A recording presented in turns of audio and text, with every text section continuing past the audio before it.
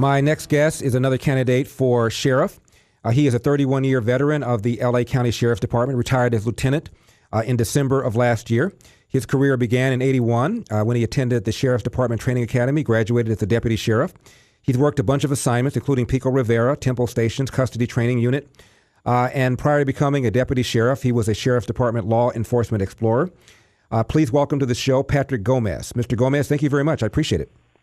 Thank you, Larry. It's a pleasure being on your show. Patrick, as you know, there hasn't been an incumbent mayor defeated in L.A. County for over 80 years. What makes you think you can do it? Well, I think there's a lot going on within the department, and there's certainly a need for a change in the leadership, and it has to start at the top. And I'm not just another candidate that's running. I have a vision and a plan to bring back the honor and integrity to both the position of the sheriff as well as the department.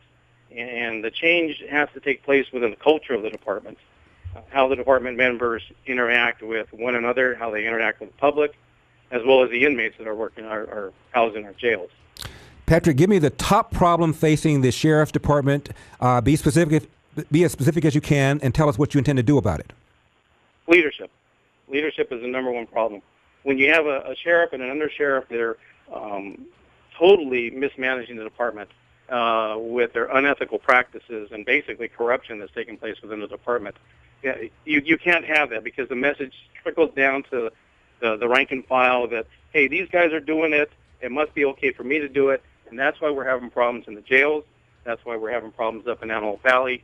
When you have an undersheriff that says work in the gray area or work right at that line, that's totally unethical, but that's the message that they're getting from the very top.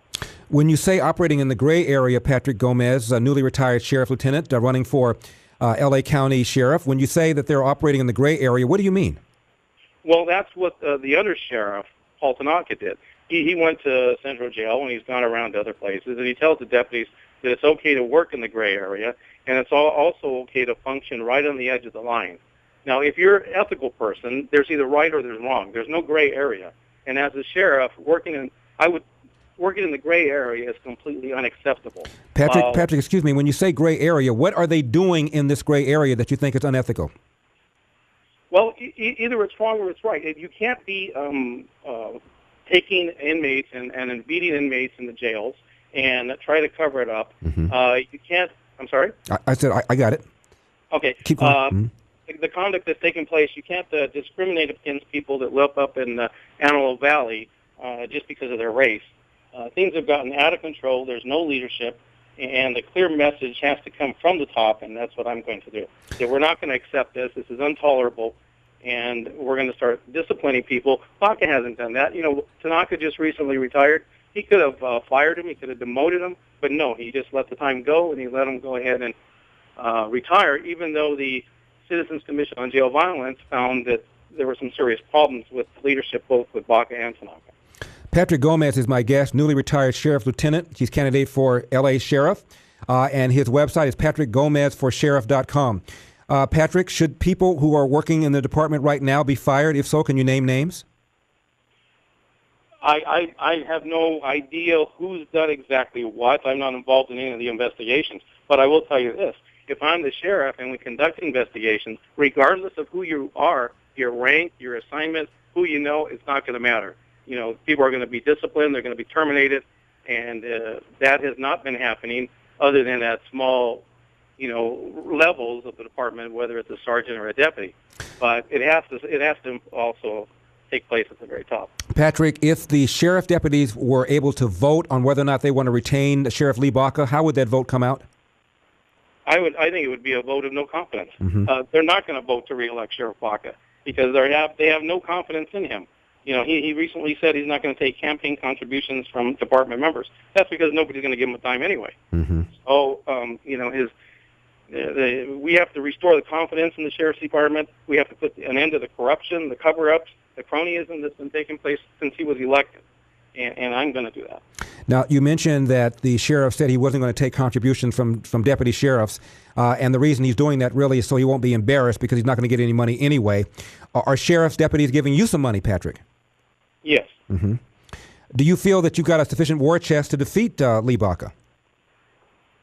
Well, at this point, I don't. Mm-hmm. But I think it's important that we get the word out there. I appreciate being on your show.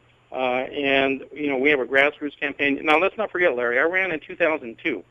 And a lot of the issues that are problems now, I talked about back in 2002. Mm-hmm. I wasn't retired at the time. I was an active member of the department.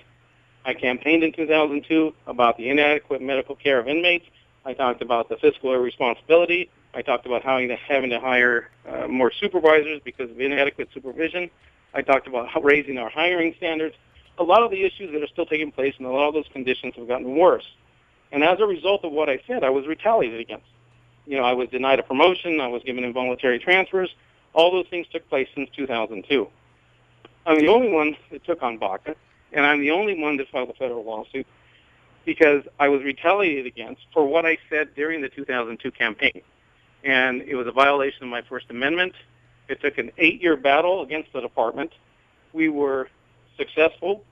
We had a divine justice, is what I call it, when the jury reached a verdict unanimous in my favor.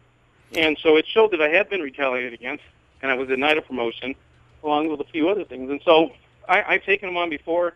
I'm going to take them on again, and we are going to win this time. Patrick Gomez, have you run for office before? I ran for sheriff before, yes. Mm-hmm. You've run more than once for sheriff, right? Yes, twice. How did you do both times? We averaged about 13% of the vote. The first time you got how much, and the second time how much? Both times were in the 13%. Mm-hmm. Well, Patrick Gomez, this is your third time, so I would imagine you've got some name recognition. I wish you good luck. Patrick Gomez is a newly retired sheriff lieutenant.